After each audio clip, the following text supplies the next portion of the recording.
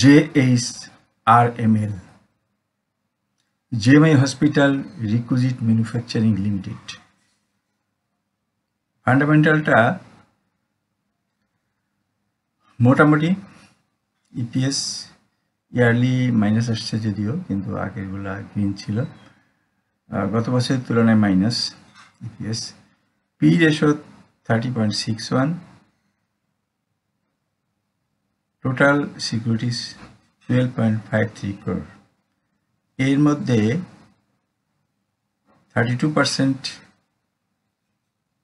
ডাইরেক্টরদের হাতে। ইনস্টিটিউটের হোল্ডিং দিনে দিনে বাড়ছে, পাবলিক হোল্ডিং 25%। ইনস্টিটিউটের হোল্ডিং বাড়ার চিত্রটা এখানে। ওকে,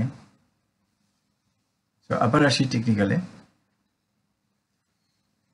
এখানে একটা ফ্ল্যাগ তৈরি করছে। ফ্ল্যাগটা যে ব্রেক হবে এটার ব্যাপার, এটা সম্ভাবনা সবচেয়ে বেশি, ফ্ল্যাগটা ব্রেক হওয়ার সম্ভাবনা। RSI 50 লাইনের সাপোর্ট এবং ম্যাকডি হিস্টোগ্রাম 0 লাইনের উপরে সাপোর্ট নিয়ে, এবং সেটা খুব সামান্য, তবু একটু দেখতে হয়। দ্যাট ইজ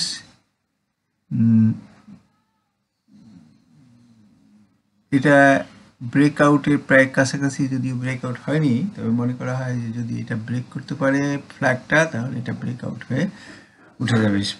ম্যাকডি 0 লাইনের উপরে, অর্থাৎ হিস্টোগ্রাম 0 লাইনের উপরে ম্যাকডি সাপোর্ট নেওয়া এই ধরনের একটা স্টক আসলে খুব সহজে পাওয়া যায় না। এই ধরনের স্টকগুলো খুবই বুলিশ হয়ে থাকে। তবুও সামনে একটা রেজিস্ট্যান্স আছে, সুতরাং এই রেজিস্ট্যান্সটার জন্য আমাদের অপেক্ষা করতে হবে। তাহলে এটা আপাতত আমি এটাকে ফ্ল্যাগ হিসাবে ধরে নিই, ফ্ল্যাগের অ্যানালাইসিস করি, তারপরে কত দূর যায় সেটা পরে না হয় আবার অ্যানালাইসিস করা যাবে। ওকে,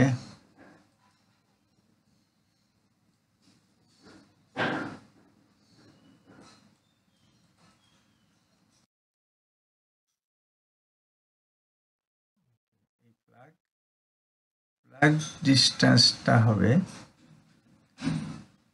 আচ্ছা, আমরা ফ্ল্যাগ ডিস্টেন্সটা যদি ব্রেকআউট হয়, তাহলে ফ্ল্যাগ ডিস্টেন্সটা আমরা এই ব্রেকআউট পয়েন্টে যোগ করে দেব।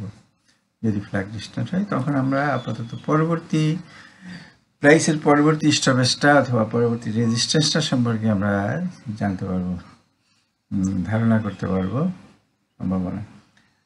তা আজকে JHRML সম্পর্কে এই পর্যন্তই। পরে এটার আপডেট এবং সাপোর্ট পেতে পারেন। ভালো লাগলে লাইক কমেন্ট করে সাথে থাকুন। ধন্যবাদ। আসসালামু আলাইকুম।